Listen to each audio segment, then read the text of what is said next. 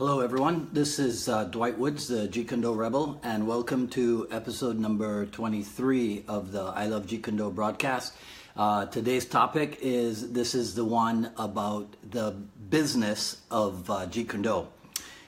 The idea for today's topic kind of came up, you guys might know by now that we have a second show on I Love Jeet Kune called the Jeet Kune Dialogues, and the past two interviews, the first one was with my student Wayne Quinton down in Barbados, who runs Unified Martial Art down there, and then the second one was with my good friend and colleague Neil Colliff, who runs American Dragon here in Florida at Coral Springs.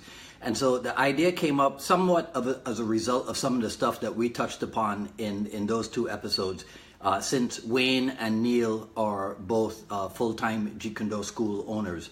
So in our conversations, we talked about the concessions or the compromises that one might have to make if you want to ensure commercial success. And I know that sometimes in the world of Jeet Kune, there are people who frown upon the use of the word commercial.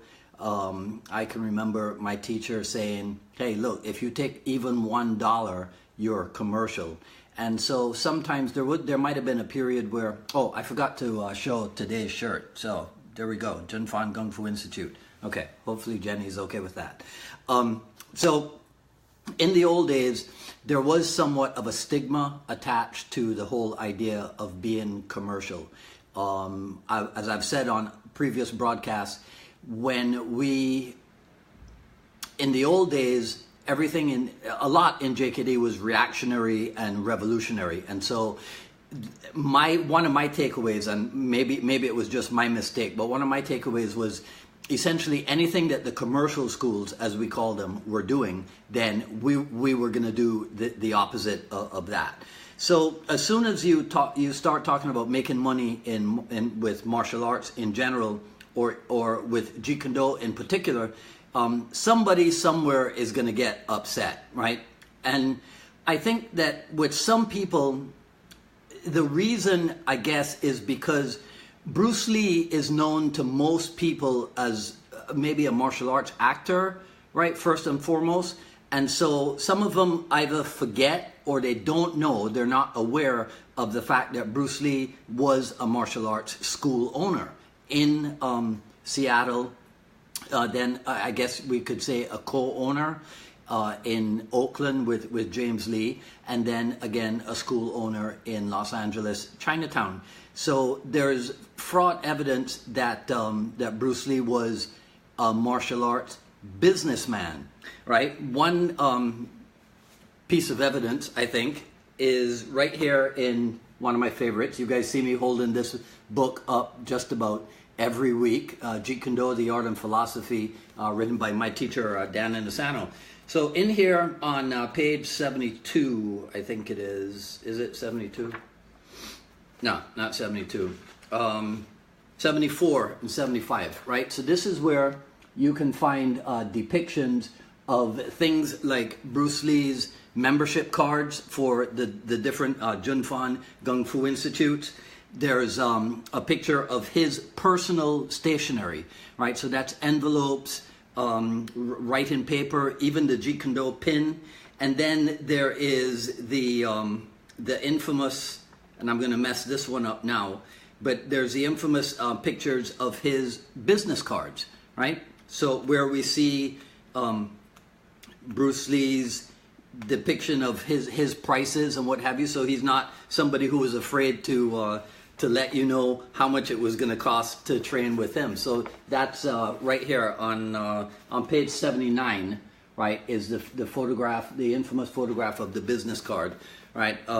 Professional consultation and instruction, $275 per hour. I wish I was charging that right now, double L. And then a 10 sessions course was $1,000, and instruction overseas was $1,000 a week plus expenses, right? So there's ample evidence that Bruce Lee had a head and or an ear for martial art business, right?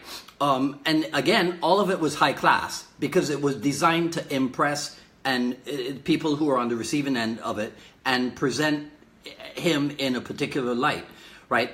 In addition, those of you who know what I've been going through with my whole loss of digital media predicament, there is a documentary that I used to own, hopefully will own again sometime soon, where they showed some of the books on Bruce Lee's bookshelf, and a number of them were books on business, books on sales and marketing, right? The Art of Selling, The Art of Creative Selling, I think was one of the titles, right? So we can put to rest the idea that Bruce Lee was anti-business, right? And even anti-martial art business. He was not. But that's not to say that he was all for the idea of having a big school with scores or maybe even hundreds of students.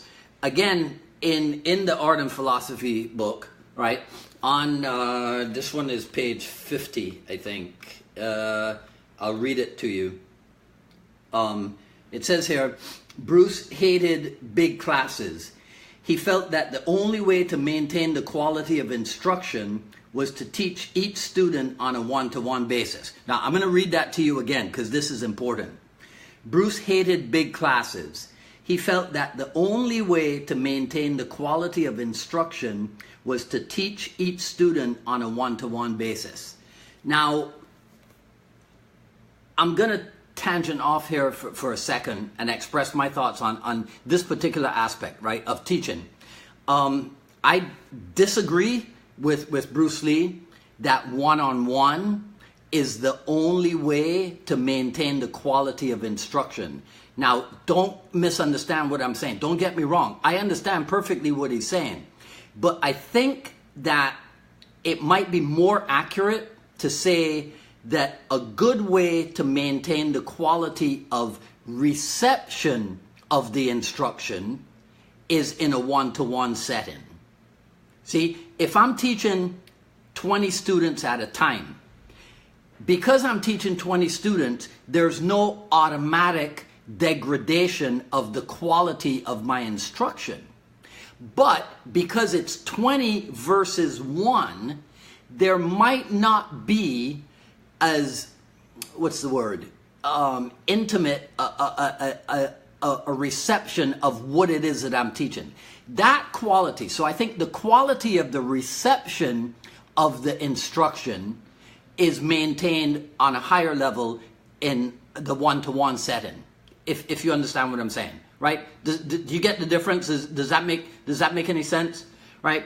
But again, I ask you to keep in mind that perhaps everything at that period of time, in the 60s, throughout the 70s, and then even with some of us who date back to the early 1980s with Dan Inosanto, a lot of that was about the rejection of the classical mess, right? Referring to the approach that was used to teach the traditional martial arts, referring to that as the classical mess. So in truth, there's absolutely nothing amiss going on if you decide to pursue commercial success in Jeet Kune Do. And again, what's commercial? You take $1, that's commercial, right? So you may not be following Bruce Lee's ultimate path for the exposure of Jeet Kune Do because he chose to go the route of martial art movies, but you would be taking one of his earlier paths, which was having and running a martial arts school, right? So let's say we have that settled, okay? So let's take a look now at how we can apply aspects of Jeet Kune Do to the art of martial art business, right? So one of the questions that's floated around in marketing circles goes something like this. So let's assume that your goal is to earn $1 million. What's the best approach? Is it to try to sell 1 million people something that costs $1, right? And hope I got to read this because math is not my strong point, right? Or 100,000 people at $10, 10,000 people at $100, 1,000 people at $1,000, 100 people at $10,000. I think I already messed that up. Or one person at $1 million, right? Hopefully you get the gist of what I'm saying. Obviously, part of the answer lies in that it depends on what it is that you have to sell. If you sell Lear jets, right, at $1 million a pop, then obviously it's easier for you to, to get one client and make that $1 million, as opposed to if you're selling an app that makes your what do you call it? That makes your smartphone make a farting sound, right? Okay, so part of the strategy in your business is included what it is that you're trying to sell, right? Bruce Lee realized ultimately that an earlier passion of his, film, would be an excellent way to get his message across, which was to educate and entertain people at the same time about Jeet Kune. Plus, he would be following, this is my interpretation, he'd be following a standard business principle, which is create the product once and get paid for it over and over again. So you make one movie and you can now reach millions and millions of people in perpetuity because that product is there, right? Fixed in time, but the knowledge and the knowing that will come from it will be continual. You can see too, again, because since we're talking about the business of Jeet Kune, you can see too how Bruce Lee, as a film professional, was becoming more and more astute. The Big Boss was produced by Golden Harvest, as was Fist of Fury. So films number 1 and films number 2 were produced by Golden Harvest. Film number 3, Way of the Dragon, was what? Written, directed by Bruce Lee, and it was what? A co-production, right? Or a production of Concord, what was it called? Concord Picture Company? I forget, but Concord is definitely in the name. Because by that time, Bruce Lee had evolved into his own right as a producer. Because he knows that the real secret in making movies is to own the property, right? Own the product, and that's what the producers do, right? So I tell you this again, so that you understand that if you have any qualms, if you yourself have any qualms about going into the business of Jeet Kune, or if you have any criticism of people who have made Jeet Kune a business, then you might want to rethink your opinions and see why some people think it's absolutely okay. You're not violating any kind of Jeet Kune principles by going into this thing in a more professional way, because that's exactly what Sijo Bruce Lee, founder of the system, did, right?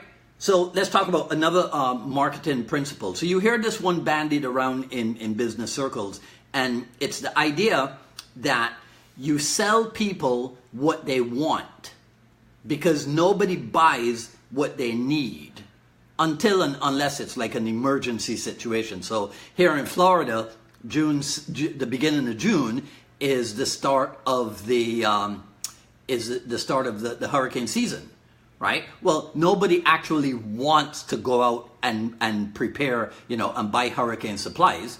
But if or when we get the notice that there's an imminent strike, then everybody floods to Home Depot and Publix to get what they need. So the marketing philosophy or the marketing principle is that you sell people what it is that they want. So that's another way of saying you give the public what they want or what they expect. So in 1984, the Karate Kid movie was released, and that changed the landscape, again, in the world of martial art, commercial martial arts, in a big way, right? My opinion is that film, the Karate Kid, paved the path for the karate and the taekwondo and maybe even the kung fu schools to receive an additional boost in popularity because of media. And if you've listened to me talk for even a little while, you'll know that I am of the fixed opinion that people are influenced by media with or without their knowledge, right?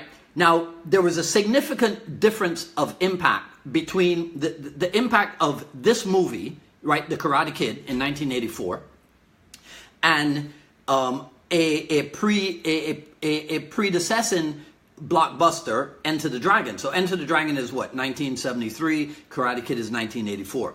See, in 1973, if you were inspired to get into martial arts, to try to do what Bruce Lee was doing, you probably had to be in Seattle, right, with Taki Kimura's group, in Oakland with what remained of the James Lee faction, or Los Angeles with Dan Inosanto and the Chinatown group, or maybe even in North Carolina if you were lucky enough, because I think Larry Hartsell might have been in North Carolina in '73, right? But in 1984, it was a completely different thing. In 1984, by the time the Karate Kid came along, martial arts training was a readily available commodity for the public. So everybody could get involved. But to try to get involved in Jeet Kune, even in 1984, it was not as easy to find a JKD establishment as it would have been to find a karate or taekwondo place, right? Okay, so now let's talk about the effort to organize the business of martial arts, right?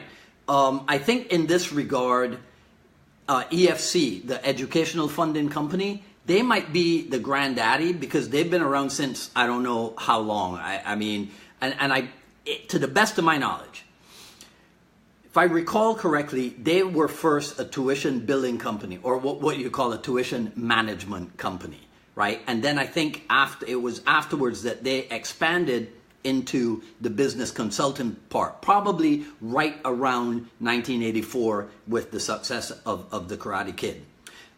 There's another outfit called United Professionals that was founded by Greg Silva. And then in 1994, John Graydon started NAPMA, the National Association of Professional Martial Artists, right? And they've been more and more ever since then. But one thing from what I've seen that all these guys had in common is that they were all started by people in traditional martial arts. And if I remember, if I'm correct, Greg Silva was a Kempo karate guy. John Graydon was a Taekwondo guy, probably of the Junri lineage, as was the Kokinos people who started EFC up in Maryland. So we have these people who are now teaching martial artists about how to become more commercially successful. But none of them have a background in Jeet Kune.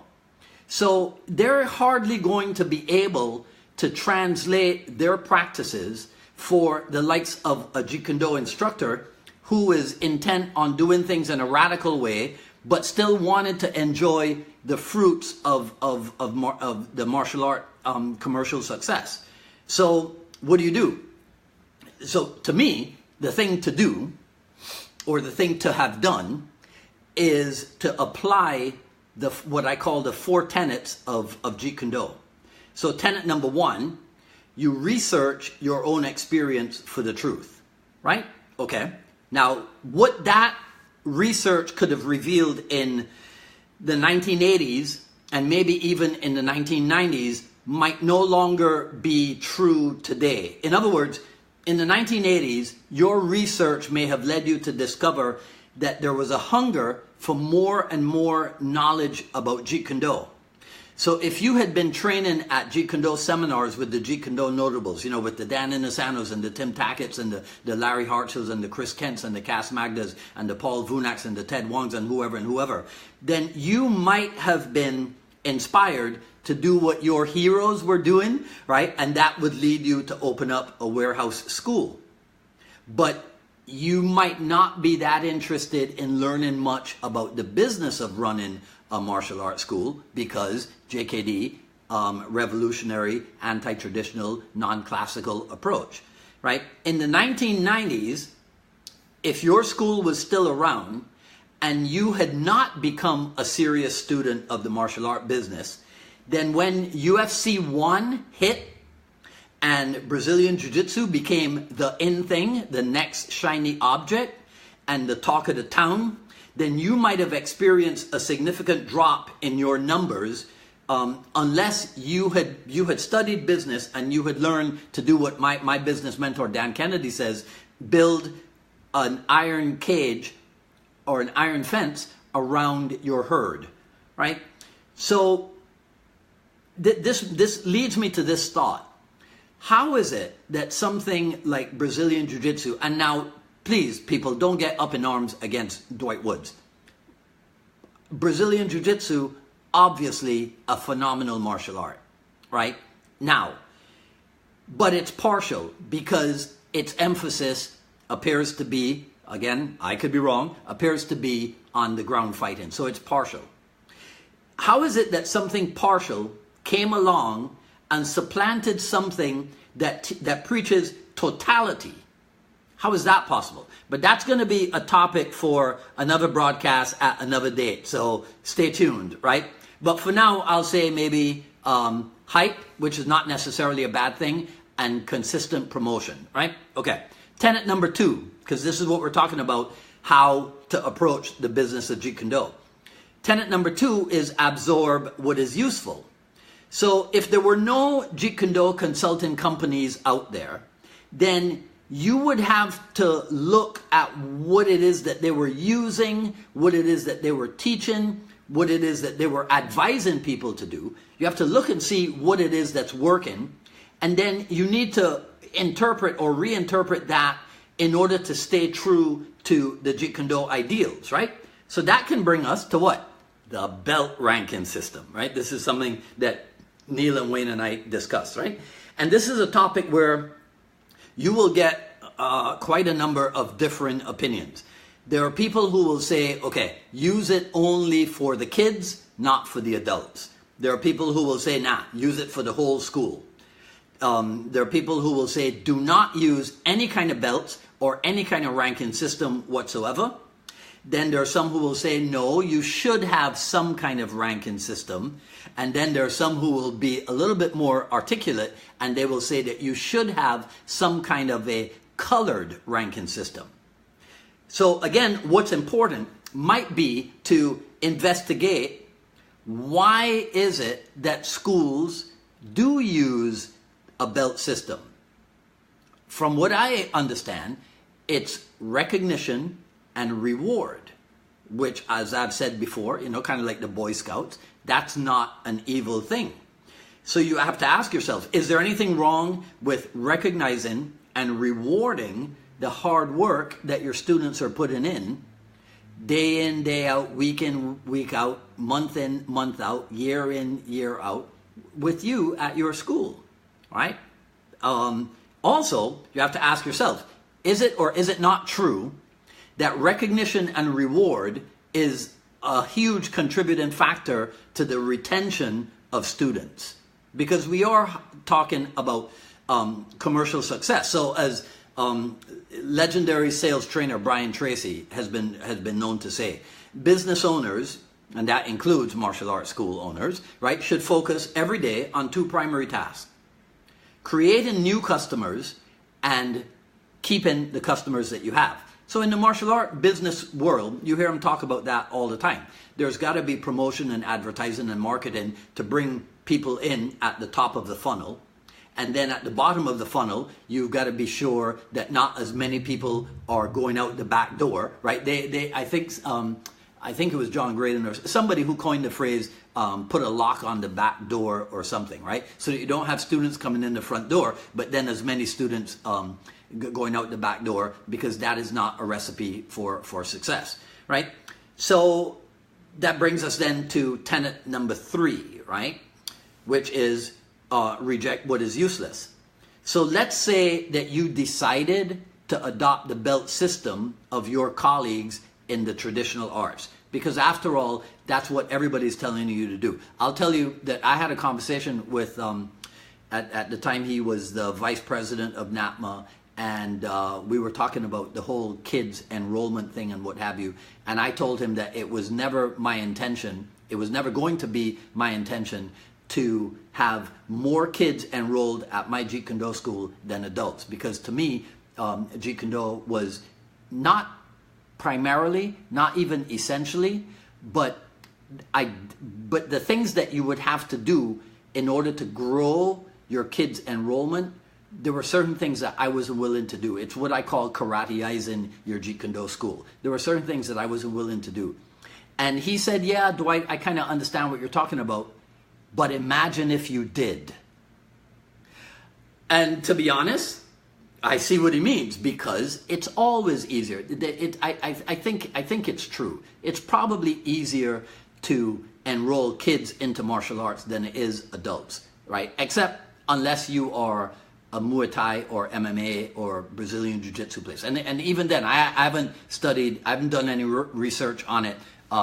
Maybe you guys can comment on that, whether or not BJJ schools experience the same phenomenon, where it's more kids, more adults interested in enrolling their kids than it is adults interested in enrolling themselves, right? But in any case, we're talking about adopting the belt system, right?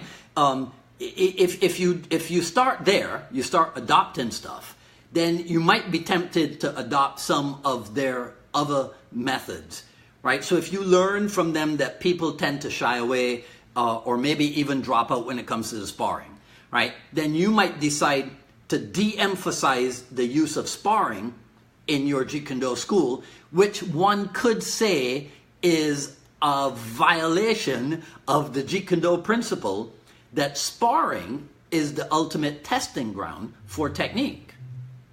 You see, I know for a fact that here's how this relates. Tenet number 4 is add what is specifically your own. So if we go back to researching your own experience, from what I recall, this was how things were done. Everybody warmed up together, and then you practice the basics together. So, you know, Zenkutsu Dachi, you know, so the basic stances and, you know, the reverse punch and Gedan Barai and that stuff, right? Everybody practiced the basics together.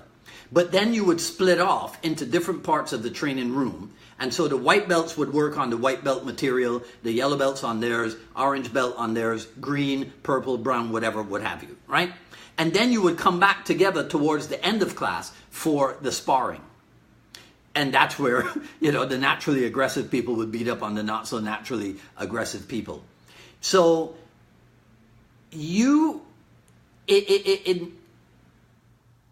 in looking at that approach, you might decide, well, that doesn't make any sense, because people are not being taught how to spar.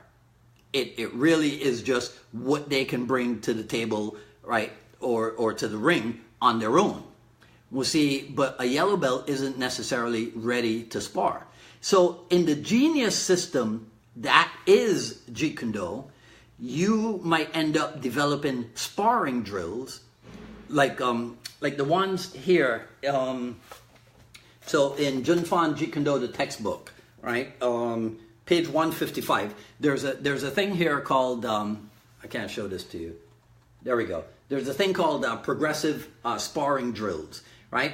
And then there's a whole bunch of variations, right? There's like 21 things listed here, right? So that what you're doing is, instead of having people who are at the beginning of their study engage in something in which they should engage towards not the end of their study, but after they've been around for a while, that thing known as free sparring, you create sparring drills that start to teach them progressively how to avoid being gun shy and what have you, and then step by step raises the level of their skill. And now you're not violating any Jeet Kune Do principles, right? Because you're still using sparring. You're just not going hell-bent into free sparring right in the beginning. But what you've done is to take the useful information from those martial art business consultants and reworked it and brought it into a way that would still work in Jeet Kune Do.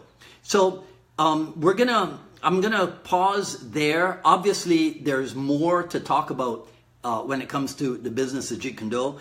I'll probably do part 2 of this for next week. And I need to tell you this, right? So I messed up the scheduling of dialogue, the Jeet Kune dialogues, which is my second show, the episode 3. We were supposed to go on with Chris Kent, my Jeet Kune senior. We're supposed to go on with him at 5 o'clock this evening.